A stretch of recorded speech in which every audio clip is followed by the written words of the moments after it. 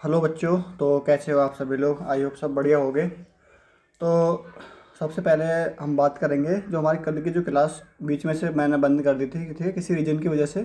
तो आज वहीं से हम अपने टॉपिक को स्टार्ट करेंगे, ठीक है। उससे पहले कुछ इंपॉर्टेंट बात मैं आपके साथ शेयर करना चाहता हूँ, और वो बात ये है कि जो 11वीं 12वीं के जो टॉपिक चल ही रहे हैं हमारे पास, ठीक है ना, ये टॉपिक आपको जो आपकी 11वीं 12वीं की बुक है उसमें सारे के सारे टॉपिक मिल जाएंगे।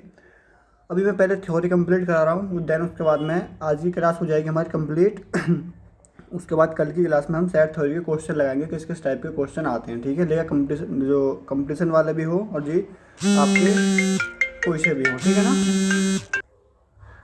हाँ जी, तो कहाँ थे हम बात कर रहे थे कि अपने टॉपिक के बारे में, ठीक है ना।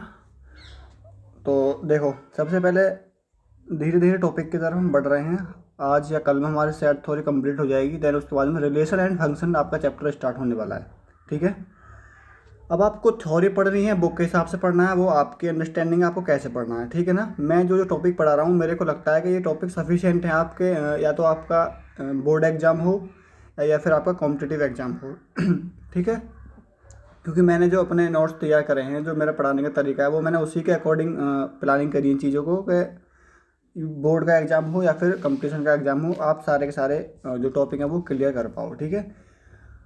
तो मैं लिखता कम हूँ इस वजह से अपनी पीपीटी में, क्योंकि मेरे पास में अभी जो रिसोर्सेज हैं वो बहुत ना के बराबर हैं, इस वजह से। ठीक है, तो चलिए करते हैं अपने टॉपिक को स्टार्ट। हम कल बात कर रहे थे पावर सेट की। आखिरकार पावर सेट होता क्या है बच्चों? पावर सेट वो होता है जो हम कोई भी सेट लेते हैं उसका उपसमुच्चय निकालते हैं, यानी कि उसका हम सबसेट निकालते हैं। जो सेट निकालते हैं उसके सब सेट होते हैं उसके उपसमुच्चय। नंबर ऑफ उपसमुच्चय कौन से होते हैं हमारे? 2 की पावर n। आपको ध्यान ही होगा 2 की पावर n हमारे क्या होते हैं? उपसमुच्चय। तो उन्हीं उपसमुच्चयों को हम एक ब्रैकेट के अंदर बंद कर दें तो वो हमारी पावर सेट काउंट हो जाती है, ठीक है ना। देखो, मैंने एक एग्जांपल ले रखा है ये यहाँ पर। एग्जांपल लेने के बाद में इसको मैंने क्या काम करा, इसके मैंने पहले पावर सेट बनाई। 5 1 2 3 1 2 2 1 3 1 1 2 3। इनको फिर मैंने क्या करा, देखो, एक कोष्टक यहाँ लगा दिया बड़ा वाला, और एक कोष्टक मैंने यहाँ लगा दिया, ठीक है। पावर सेट आपका फिनिश। बाकी चीज़ें मैं पहले फिनिश कर चुका हूँ। ठीक है, अब आगे की तरफ बढ़ते हैं, जो हमारा आगे का कॉन्सेप्ट है। देखो, चलो एक एग्जाम्पल और लेते हैं। हमको एक कोई सेट है जिसमें 5 एलिमेंट है। 5 है, एक एलिमेंट लिया हमने ए, जिसमें कोई भी एलिमेंट नहीं है, जिसमें कोई एलिमेंट नहीं होता उसको 5 से डिनोट करते हैं। Yes sir. तो अब इसका सबसेट कैसे बनेगा? जहाँ पर कोई भी एलिमेंट नहीं होता उसका एक एलिमेंट वो 5 होता है ना। मैंने पीछे प्रॉपर्टी पढ़ाई है। 5 होता है, बिल्कुल सर होता है। तो 5 लिया हमने, अब इसके हम क्या बनाएंगे? पावर सेट बना देंगे इसकी। तो इसको क्या करेंगे, एक तो ये 5 हो गया, इसी के अंदर कोष्टक में कर देंगे, तो क्या बन जाएगा आपका ये पावर सेट। लेकिन यहाँ पर जो मैंने ये लिखा हुआ है, ये पावर सेट किस किस का है ये? ठीक है ना, दो कंडीशन हो गई, क्योंकि इसकी पावर सेट ये वाली कंडीशन बननी है और इसकी कंडीशन ये बननी है, क्योंकि यहाँ पर एक एलिमेंट 5 हो गया हमारा। 5 तो इसमें है ही, उसी के साथ में इसका एक रिक्त समुच्चय आ गया, एम्प्टी सेट आ गया, क्योंकि भाई एम्प्टी सेट तो उसका होता है ना। ठीक है, आपने पहली क्लास पढ़ी होगी, तो मैं इसमें उम्मीद कर रहा हूँ आपको समझ में आ रही होगी चीज़ें, ठीक है। तो बढ़े आगे की तरफ। तो चलिए अब आगे बढ़ते हैं। तो अब बात करेंगे हम वेन डायग्राम, ठीक है। वेन डायग्राम के अकॉर्डिंग चीज़ों को समझेंगे अब कि सर आखिरकार वेन डायग्राम में होता क्या है और इसका उपयोग हमें क्यों करना पड़ता है, किस कारण की वजह से हम इसको यूज करते हैं, ठीक है। देखो, सबसे पहले इसमें आता है एक हमारा कॉम्प्लीमेंट सेट, यानी कि पूरक समुच्चय। पूरक समुच्चय क्या होता है हमारा? पूरक समुच्चय वो होता है, एक कंप्लीट सेट होता है हमारा। क्या होता है? कंप्लीट सेट होता है, सॉरी कंप्लीमेंट सेट होता है। उसको डिनोट किससे करते हैं हम? A⁻⁻ या C से, ठीक है। इससे इसको हम डिनोट करते हैं। आई बात समझ में? देखो, अब अच्छे से और समझ में आएगी, धीरे धीरे आगे बढ़ने दो क्लास को। देखो, ये हमारा कोई यूनिवर्सल सेट है। हमने यहाँ पर क्या समझा था? Complement set. अब बात करें किसकी? हम यूनिवर्सल सेट की। देखो, यूनिवर्सल सेट बच्चों होता ये है कि कोई भी डोमेन ले लो बड़ा सा, ठीक, इसके अंदर आप कितने भी, यानी कि ABCDEF, ये पूरा का पूरा किसके अंदर काउंट होगा, ये यूनिवर्सल सेट के अंदर काउंट होगा। ठीक, पूरा पूरा का पूरा घर हमारा यूनिवर्सल के अंदर काउंट होगा। समझ में आ गया, एग्जांपल दिया मैंने आपको। यूनिवर्सल सेट कौन सा है हमारा यहाँ पर, यू। इसको हम यूनिवर्सल सेट को यू से डिनोट करते हैं बच्चे, किससे, यू से। ठीक है, अब मैं पूछने लगूँ आपसे कि सर मुझे ये बताइए कि जो यूनिवर्सल सेट है हमारा कौन सा, यू, कौन कौन से एलिमेंट है, ABCDEF। ठीक है, इसमें एलिमेंट हैं ये है। अब मैं आपसे पूछूं, क्या बताइए, ABC में शामिल है, बोलोगे सर हाँ ABC तीनों शामिल हैं। B है सर, CDEF, यस सर है। सर C है, EFG, E भी है, F भी है, G भी है। F को एक बार इसको हटा देते हैं, EFG है ये। आप बोलो सर हाँ ये भी है। तो कहने का मतलब ये है कि यूनिवर्सल सेट एक बड़ा सेट होता है जिसमें उसके सारे के सारे एलिमेंट समाहित होते हैं उसके अंदर। ठीक है ना, तो इसको कैसे ले सकते हैं हम कि A सबसेट है किसका, U का, और जी B भी सबसेट है U का। ठीक है ना, और E भी सबसेट है किसका, U का। ठीक, यहाँ तक कोई समस्या, कोई दर्द, कोई परेशानी हो तो पूछ सकते हो। ठीक है ना, नीचे कमेंट बॉक्स में कमेंट करके। अब आगे की तरफ बढ़ते हैं। ठीक है ना, अब यहाँ से आपकी जो क्लास है वो बेसिक इन्फॉर्मेशन थी, वो मैंने आपको समझाई। अब आपकी जो मेन टॉपिक स्टार्ट होती है वो यहाँ से स्टार्ट होती है। ठीक है, देखो ये है आपकी एक्सरसाइज, यानी कि एक एग्जाम्पल है, इसको अच्छे से समझना। एग्जाम्पल में क्या लिया हमने, एक लिया हमने A, यूनिवर्सल सेट लिया, यस सर यूनिवर्सल सेट ले लिया हमने। यूनिवर्सल सेट लेने के बाद में इसमें एलिमेंट 1 2 3 4 5 6 7 8 तक इसमें एलिमेंट ले दिए। तो ये बड़ा सेट है, इसको हमने किससे डिनोट करा है, हमने यू से। किससे डिनोट करा हमने इससे, यू से। ठीक है, ये रहा यहाँ पर, ये वाला इसका ही बड़ा वाला, मतलब पूरा पूरा बड़ा है ये। अब मैं पूछने लग जाऊँ आपसे कि A = 2 4 6 है, इसके अंदर छोटा सा एलिमेंट हो गया एक डोमेन, ये A हो गया। तो अब आप मुझे बताइए कि A' क्या होगा। एक यूनिवर्सल तो हो गया पूरा का पूरा। अब मैं आपसे पूछूं मुझे A' बताओ, A का कॉम्प्लीमेंट्री बताओ मुझे क्या हुआ, A का कॉम्प्लीमेंट सेट क्या हुआ। तो जो A है हमारा ये 2 4 6 A वाला, ये इसको छोड़ दो। ठीक है, इसको छोड़ के बाकी जो बचा ये वाला बचा, ये जो बच रहा है आपके पास में, ये क्या होगा आपका, ये A' होगा। A को छोड़ के यूनिवर्सल सेट में से जो बाकी बचा वो क्या होगा आपका A'। देखो A' हमने कौन सा लिखा, 2 4 6 हमने आउट कर दिए, इसमें से 2 4 6 आउट कर दिए, 1 3 5 7 8 ये बचे। अब आई बात समझ में कि A' कैसे निकालते हैं हम। क्वेश्चन में एक यूनिवर्सल सेट दिया जाएगा आपके लिए, उसमें कुछ एलिमेंट दिए जाएंगे, तब A दे करके और फिर पूछेगा आपसे कि इसका A का कॉम्प्लीमेंट्री सेट, एक का कॉम्प्लीमेंट सेट बताओ। ठीक है, यहाँ तक कोई बात समझ में नहीं आई हो तो नीचे पूछ सकते हो आप। ठीक है ना, देखो अब इम्पोर्टेंट चीज़ आपकी स्टार्ट होने वाली है बच्चों, इसको अच्छे से समझना। हम बात करेंगे यहाँ पर यूनियन की और जी इंटरसेक्शन की। ठीक है, देखो यूनियन के अंदर क्या होता है, देखो यूनियन के अंदर होता है हमारा कोई एक यूनिवर्सल सेट होगा। ज़रूरी नहीं है कि यूनिवर्सल सेट हो, बस मैं एक कंडीशन दे रहा हूँ आपको। दो सेट तो उसमें आपके कंपलसरी होंगे ही, तभी दो के बीच का यूनियन निकलेगा। ठीक है, दो सेट हो गए हमारे, एक तो ये हो गया, एक ये हो गया। यूनियन होता है कि वो सारे के सारे एलिमेंट आने चाहिए और कोई भी एलिमेंट रिपीट नहीं होना चाहिए और कोई भी एलिमेंट छूटना नहीं चाहिए। It's called union. समझ में आई, वो सारे एलिमेंट आने चाहिए, ना कोई रिपीट होना चाहिए, ना कोई छूटना चाहिए। यानी कि ए के सारे एलिमेंट ये हो गए और बी के भी सारे एलिमेंट ये हो गए, तो क्या हो जाएगा, ये A union B. A union B की फिगर कैसे बनेगी, ये वाले। ठीक, अब आपसे पूछने लगे कि sir number of A union B कैसे निकालते हैं, तो एक फार्मूला यहाँ पर लिखा हुआ है, हम क्या n number of A union B कैसे निकालेंगे, नंबर ऑफ़ ए के एलिमेंट प्लस में नंबर ऑफ़ बी के एलिमेंट और माइनस कर देंगे number of A intersection B के एलिमेंट को। अब सर ये बात आती है number of A intersection B कौन से होते हैं, तो देखो यहाँ पर समझो अच्छे से। हमारा इंटरसेक्शन होता है कि कोई भी दो सेट दिए होंगे, ठीक, दो सेट दिए हुए होंगे, उनके बीच में जो भी कॉमन पार्ट होगा, जैसे कि यहाँ पर ये दो, एक सेट ए है, एक सेट ये बी है, इनके बीच में कॉमन पार्ट ये है ना, तो यही क्या होगा आपका इंटरसेक्शन होगा। क्लियर यहाँ तक? अब देखो कुछ एग्जांपल लिए होंगे मैंने आगे, तो उनको समझते हैं धीरे धीरे। देखो ए यूनियन बी निकालना है मेरे को, यहाँ पर कैसे निकालेंगे? देखो ए यूनियन बी निकालने के लिए मैंने क्या बोला था कि सारे के सारे एलिमेंट आने चाहिए सर, जो ए के अंदर हैं, और जो बी के अंदर है वो भी आने चाहिए, लेकिन कोई भी एलिमेंट छूटना नहीं चाहिए, ना कोई रिपीट होना चाहिए। तो देखिएगा, A union B equal to कैसे निकालेंगे? ए के अंदर कितने एलिमेंट हैं? 1 2 3 4 5 6, ठीक। अब बी के अंदर ले लो, रिपीट नहीं होना चाहिए, 3 है, 5 है, 9 है नहीं, 10 है ऊपर नहीं है। ये क्या होगा आपका?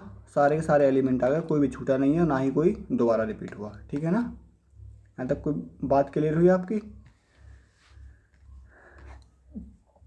ए यूनियन बी निकालना आया आपकी समझ में? नहीं आया? कैसे निकाला कि सर हमने पहले ए के एलिमेंट लिखे सारे 1 2 3 4 5 6, बाद में जो बी के आए एलिमेंट उनको भी लिख दिया। वो कोई भी एलिमेंट देखो, बी में भी 3 है, ए में भी 3 है, तो हमने 3 दो बार थोड़ी लिखा, एक बार ही लिखा यहाँ पर। अब ऊपर 5 है, नीचे भी 5 है, 5 भी एक बार लिखा हमने, ऊपर 6 है नीचे 6 है नहीं, तो लिख दिया। जो हैं वो तो लिखने ही हैं। कहने का मतलब ये है कि जो एलिमेंट आपके ए के अंदर हैं और बी के अंदर हैं वो सारे के सारे आने हैं, ना कोई एलिमेंट छूटना है, ना कोई एलिमेंट रिपीट करना है। बस बात सिंपल सी है, आपकी समझ में आ गई होगी, ठीक है ना? तो चलिए सर आगे बढ़ते हैं अब। और हाँ, एक छोटा सा एग्जांपल और देखिए यहाँ पर अभी मैं आपको यहीं पे सिखाई देता हूँ कि ए इंटरसेक्शन कैसे निकालेंगे इनके बीच का। अगर मैं आपसे पूछ लूँ सर इंटरसेक्शन और बता दीजिए, ठीक। देखो इंटरसेक्शन कैसे निकालेंगे हम।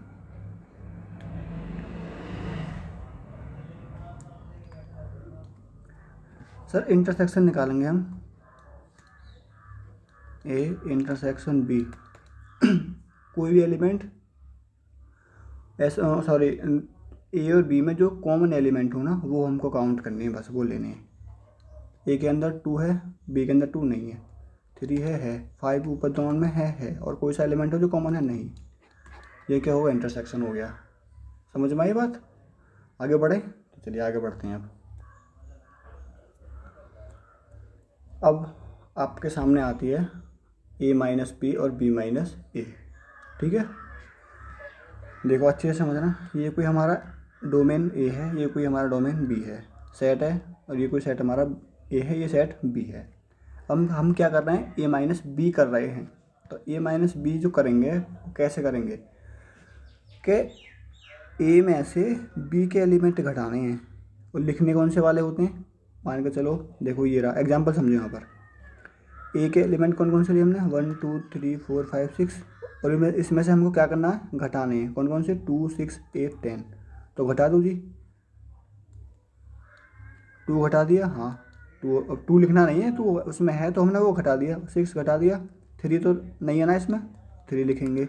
बचे हुए लिखने हैं, जो पहले घटाने हैं ना उनको घटा दो, 6, और तो कुछ नहीं है ना, बस बाकी सपोज एज इट इज उतार दो, 3 4 5, ठीक है। ये क्या होगा आपका? ए माइनस बी। और सर ऐसे हम इसका बी माइनस ए निकालें तो कैसे निकालेंगे? देखो वो भी समझाएंगे अभी, वो कैसे निकालोगे। ये तो था आपका ए माइनस बी, अब निकाल रहे हैं हम क्या? बी माइनस ए। यहीं पे निकाल रहा हूँ इसी में ही, ठीक है ना? देखो बी माइनस ए, बी के एलिमेंट में से आपके ए के हटाने हैं, और लिखने कौन से वाले हैं? जो ए के बी के अंदर बचेंगे। 2 इसमें है, हटा दिया सर, 6 इसमें है, हटा दिया सर। बी के अंदर कौन कौन से बचे अब? 8 और 10, 8 और 10, ठीक है ना? कल की क्लास में क्वेश्चन प्रैक्टिस करेंगे तो आपकी समझ में और अच्छे से आएगा, ठीक है। मतलब ए में से घटा रहे हैं तो बी के एलिमेंट सारे निकाल दो ए में से, और जो ए के बच रहे वो लिख दो। ए माइनस बी हो गया, और जब बी में से हम ए घटाएंगे तो क्या करेंगे? ए के एलिमेंट जो हैं वो घटा दो बी में से, ए के, और जो बी में बचे वो सारे के सारे एज इट इज लिख दो। वही चीज़ मैंने यहाँ पर करी है, कोई ज़्यादा बड़ी तो बात है नहीं, ठीक है। अब ये एक चीज़ आती है कि तीन हमारे पास में मतलब तीन सेट हों ए बी सी, और उनका जब हम यूनियन निकालेंगे, क्या यूनियन का मतलब क्या होता है कि हमको सब कुछ लेना है, ये भी सारा सारा सब कुछ लेना है। तो कैसे निकाल देंगे, नंबर ऑफ़ तीनों का निकालेंगे तब। तो उसके लिए फॉर्मूला है, इसको आप अपनी कॉपी में लिख सकते हो। Number of A union B union C equal to number of A plus number of B plus number of C minus number of A intersection B minus number of B intersection C minus number of A intersection C plus number of A intersection B intersection C. ठीक है ना, ये formula है, जो आप question आएंगे उनमें काम देगा ये। ठीक है, और ये सिलेबस है आपका, जो जो टॉपिक मैं कवर करने वाला हूँ। ठीक है ना, आप लोग इसको देख सकते हो, और टेलीग्राम चैनल पे मैंने शेयर कर रखा है, वहाँ से भी आप इसको जाके सर्च करके लिख सकते हो। ठीक है, टेलीग्राम चैनल का लिंक डिस्क्रिप्शन में मिल जाएगा, अपनी विद्यापीठ। ठीक है ना, आगे बढ़े जी। अब बात आती है, एक छोटी सी प्रॉपर्टी है ये कि सर यूनियन तो आपने पहले बता दिया, अब इंटरसेक्शन क्या होता है। तो बच्चों ये वाला इंटरसेक्शन तीनों का वो होता है, जो ये पॉइंट है ना बीच में, ये वाला, ये तीनों को जो काट रहा है, तीनों को जो मिल रहा है पॉइंट, ये इंटरसेक्शन पॉइंट होता है। ठीक, और इसी सवाल से, इसी क्वेश्चन से, सॉरी इसी फॉर्मूले से हम कुछ भी निकाल सकते हैं। नंबर ऑफ़ ए निकाल सकते हैं, नंबर ऑफ़ बी निकाल सकते हैं, नंबर ऑफ़ सी निकाल सकते हैं, कुछ भी निकाल सकते हैं। ठीक है ना, इसमें हमको इसकी वैल्यू दे के रखेगा, इसमें से बाकी सबकी वैल्यू देके वो रखेगा, आपको एक की वैल्यू पूछ लेगा। वो ज़रूरी नहीं है कि वो इंटरसेक्शन की हो या यूनियन की हो, कुछ भी कर सकता है। ठीक है ना, क्वेश्चन आगे करेंगे हम, तब आपकी समझ में आने वाला है अभी। हाँ जी, अब बात करते हैं किसकी, सिमेट्रिक डिफरेंस की। ठीक, एक अब आपका एक टॉपिक नया स्टार्ट हो चुका है, सिमेट्रिक डिफरेंस। सिमेट्रिक डिफरेंस क्या होता है, इसमें क्या होता है देखो, इसको हम लिखते हैं ऐसे, A delta B. Symmetric difference को ए डेल्टा बी से डिनोट करते हैं, और इसको लिखते हैं कैसे कि A minus B union B minus A. ठीक है, आई समझ में बात। कैसे लिखते हैं ए डेल्टा बी को, सिमेट्रिक डिफरेंस को कैसे लिखते हैं कि A delta B equal to A minus B union B minus A. ठीक, जब हम इसको ऐसे लिखेंगे तो इसको हम ऐसे भी तो लिख सकते हैं एक बार ही, इसके सेम इसको एज इट इज ऐसे भी लिख सकते हैं। देखो कि A delta B equal to A union B minus A intersection B. इसको हम ऐसे भी लिख सकते हैं, ये भी इसके बराबर होगा, ये भी इसके बराबर होगा। अभी क्वेश्चन लगाएंगे तो आपकी समझ में आ जाएगा ये। ठीक है ना, क्लियर हुई बात यहाँ तक कि सिमेट्रिक डिफरेंस क्या होता है। सर सिमेट्रिक डिफरेंस वो होता है कि A minus B union B minus A is called symmetric difference. ठीक है ना, कोई समस्या हो तो बताइए, वरना आगे की तरफ बढ़ते हैं। देखो क्वेश्चन लिखा हुआ है, हम यहाँ पर क्या फाइंड आउट करेंगे, ए डेल्टा बी। ठीक है, एक चीज़ और, ए डेल्टा बी फाइंड आउट कर लो, या फिर आप B delta A find out कर लो, दोनों की वैल्यू सेम आएगी, बराबर ए डेल्टा बी। ठीक है, चले आगे की तरफ। आप देखो इस क्वेश्चन को सॉल्व करते हैं, करिए। अब मैंने क्या बताया अभी आपको पीछे, ए माइनस बी और यूनियन बी माइनस ए, ये चीज़ आपको करनी है। और ए माइनस बी मैं आपको पहले बता चुका हूँ। ठीक है ना, देखो पहले क्या निकालते हैं हम, या तो आप ए माइनस बी कर लो, या फिर ए यूनियन बी कर लो, या फिर ए इंटरसेक्शन बी करके उसमें से घटा सकते हो। चलो हम दूसरी वाली कंडीशन से सेटिस्फाई करते हैं कि ए यूनियन बी निकालते हैं पहले इनका।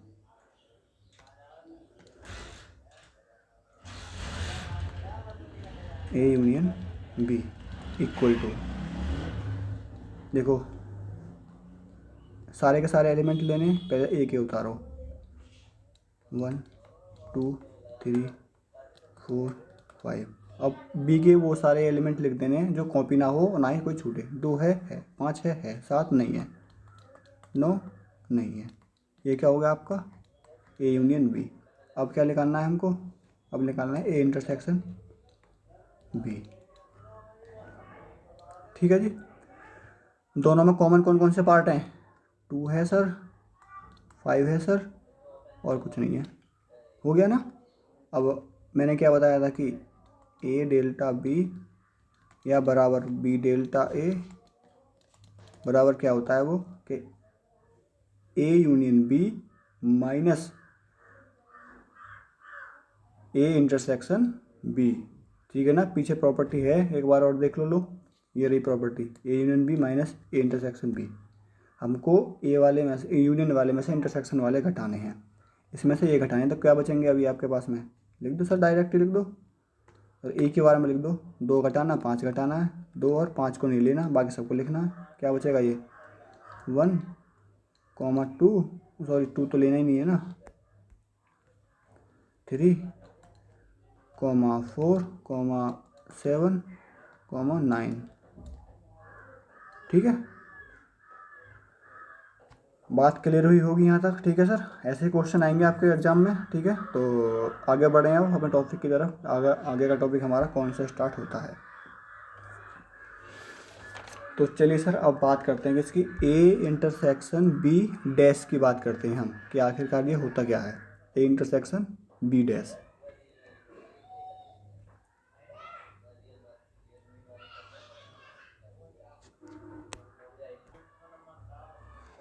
देखो sir, A intersection B dash अच्छे से फिगर में समझेंगे। इस फिगर को थोड़ा डाउन करते हैं ताकि और अच्छे से क्लियर हो सके।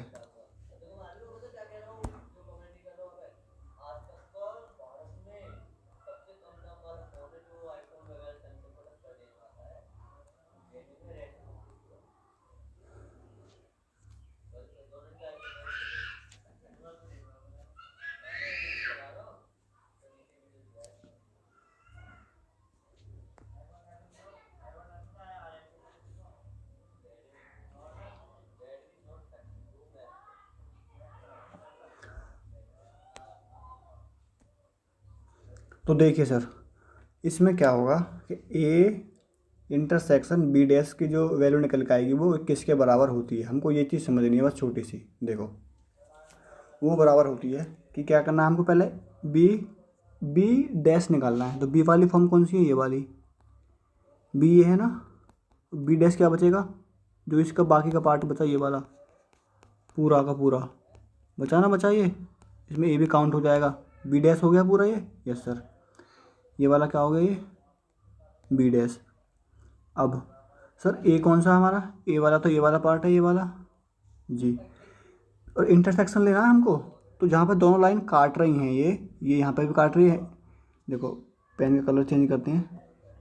ये लाइन इसमें भी काट रही है, इसमें भी काट रही है। इंटरसेक्शन का मतलब होता है जहाँ पर वो दोनों को काटें। तो ये काट रही है ना, क्योंकि देखो बी तो हमारा ये हो गया, और बी डैश कौन सा होगा? ये आगे का जो ये बचा हुआ पार्ट है, ये बी डैश हो गया। लेकिन अब ए क्या होगा हमारा? ए तो यही है ना। तो इंटरसेक्शन कौन सा होगा फिर? ए और बी डैश का इंटरसेक्शन ये वाला पॉइंट होगा ए। तो इसको कितना लिख सकते हैं हम? इसको लिख सकते हैं क्या, ये किसके बराबर होगा? ये ए के बराबर होगा। ठीक है ना,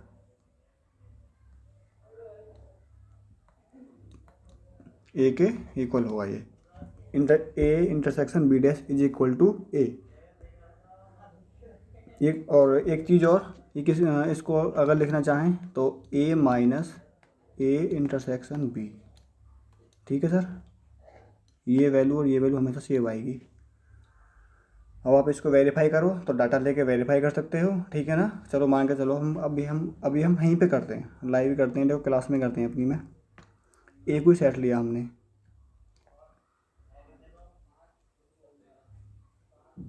कोई यूनिवर्सल सेट लेते हैं। चलो पहले यूनिवर्सल सेट लेते हैं।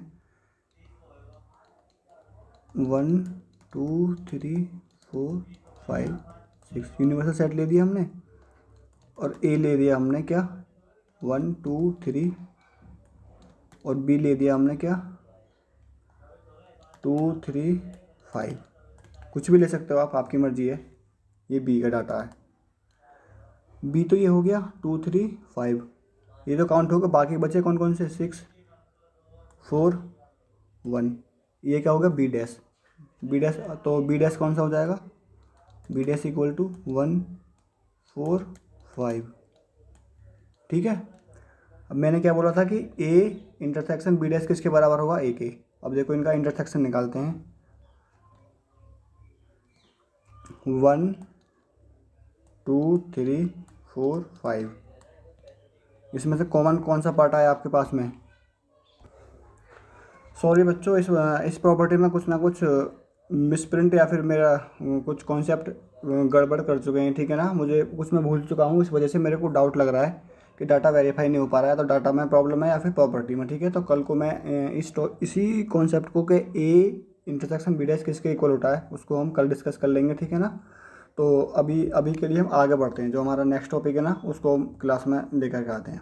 देखो अब बात चलेगी हमारी किसकी, प्रॉपर्टी, कुछ प्रॉपर्टीज हैं हमारी किसके सेट के बारे में, कौन कौन सी होती हैं, तो उनके बारे में हम डिस्कस करने वाले हैं। तो चलो सबसे पहले प्रॉपर्टी आती है आइडेंटेंट लॉ की, वर्गसम नियम। ये आखिरकार वर्गसम नियम कौन सा होता है? देखो वर्गसम नियम वो होता है बच्चों की A union A equal to A और जी A intersection A equal to A. कहने का मतलब ये है कि ए कोई एलिमेंट लिया हमने, ए कोई एलिमेंट 1 2 3 और उसी के साथ हम क्या निकाल दें, अगर हम उसी के साथ में यूनियन निकाल देंगे तो सेम ही तो डाटा आएगा। तो ए ही तो आ पाएगा, बाहर निकल के नहीं है। ये रहा, दोबारा से इसी के साथ कंपेयर करेंगे, इसको यूनियन निकालेंगे तो क्या आएगा, ए ही तो आएगा। ऐसे ही यूनियन में होता है, ऐसे ही इंटरसेक्शन में होता है, ठीक है।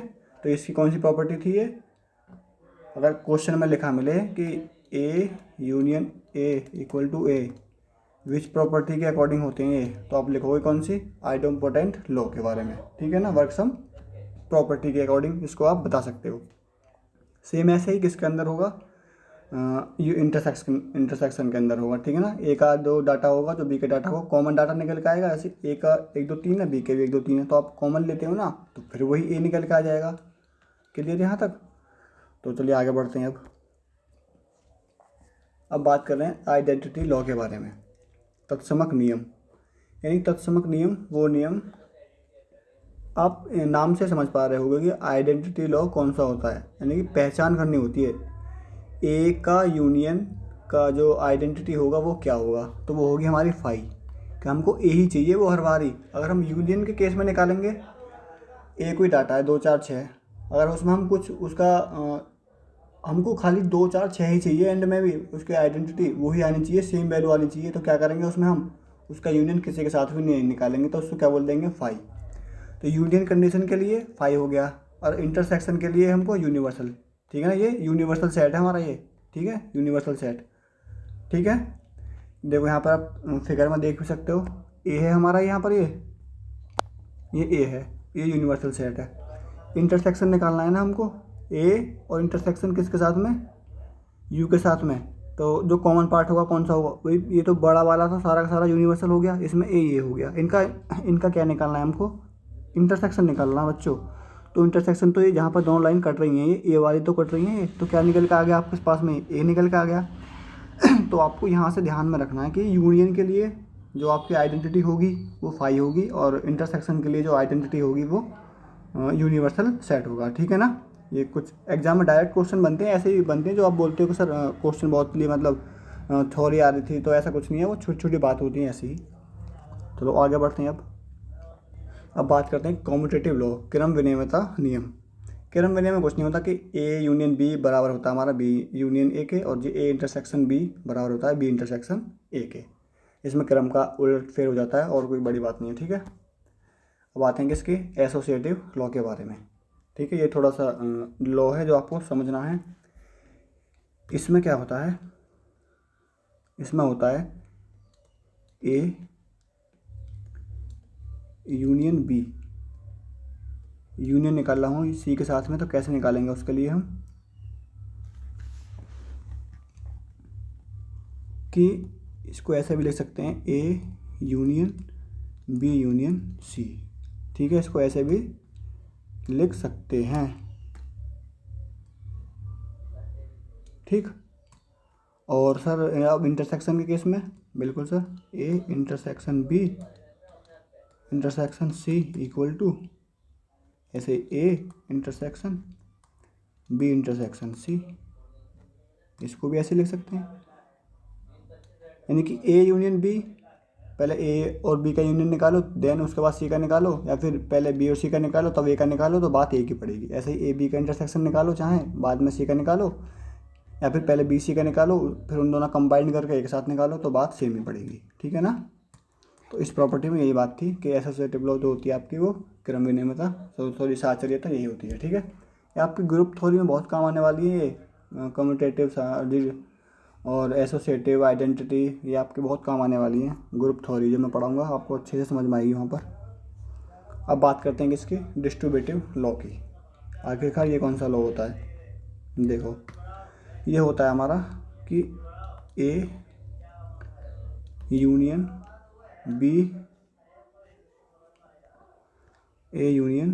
B intersection C equal to होता है हमारा ये क्या, कि A union B intersection A union C, ठीक है, ए यूनियन सी,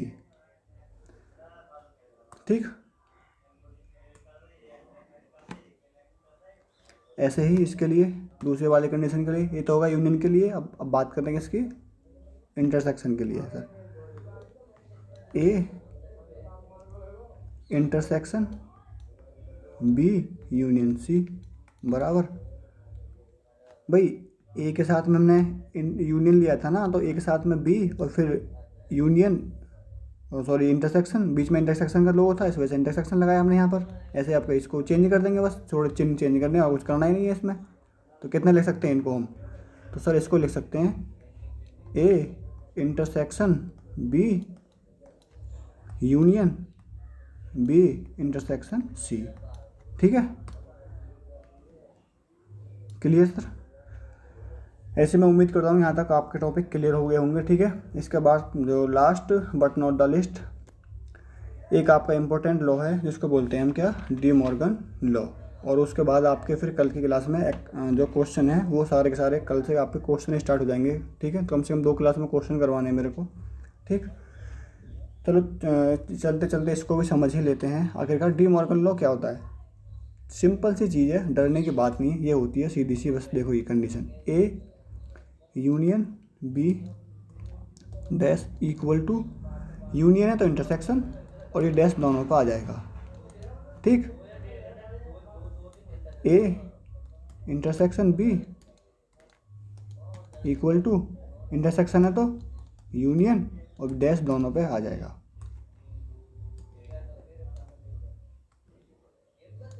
बस। कोई समस्या यहाँ तक, डी मॉर्गन लॉ क्या हो गया आपका, समझ में आ गया ना। डी मॉर्गन लॉ यूनियन है तो इंटरसेक्शन डैश दोनों पे आ जाएगा, इंटरसेक्शन है तो यूनियन पे डैश आखिरकार दोनों पे आ जाएगा, ठीक है। तो चलिए सर आज की क्लास हम यहीं पर फिनिश करते हैं, ठीक है ना। और आई होप जो कॉन्सेप्ट आपके छूट रहे थे वो क्लियर हो जाएंगे इस क्लास को देखने के बाद में, ऐसी मैं उम्मीद करता हूँ। और कल की क्लास में हम डिस्कस करेंगे आपके जो क्वेश्चंस हैं उनको डिस्कस करने वाले हैं, ठीक है। इससे रिलेटेड जो मैंने फार्मूला बताए हैं, जो मैंने प्रॉपर्टीज़ यूज़ करने बताई हैं, उनके बारे में हम कल डिस्कस करने वाले हैं। और इम्पोर्टेंट बात यह है कि जो बोर्ड वाले बच्चे हैं उनके लिए चीज़ें थोड़ी सी पॉइंट टू पॉइंट रहेंगी, तो उनसे रिक्वेस्ट है कि आप लोग अपनी बुक को उठाइए और जो मैंने क्लास कराई है उसके अकॉर्डिंग समझने की कोशिश करिए कि आपका कौन सा कॉन्सेप्ट है वो मिस हो रहा है। मैंने इसमें इंटरवल को टच नहीं करा है, वो आप लोग खुद करिएगा, ठीक है ना। कुछ रीज़न है इस वजह से मैंने इंटरवल को टच नहीं करा है मैंने, और वो एक क्लास में मैं बता दूंगा बाद में।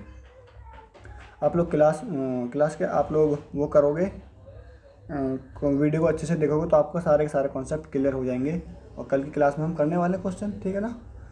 तो चलिए करते हैं क्लास को एंड, तब तक के लिए wish you all the very best.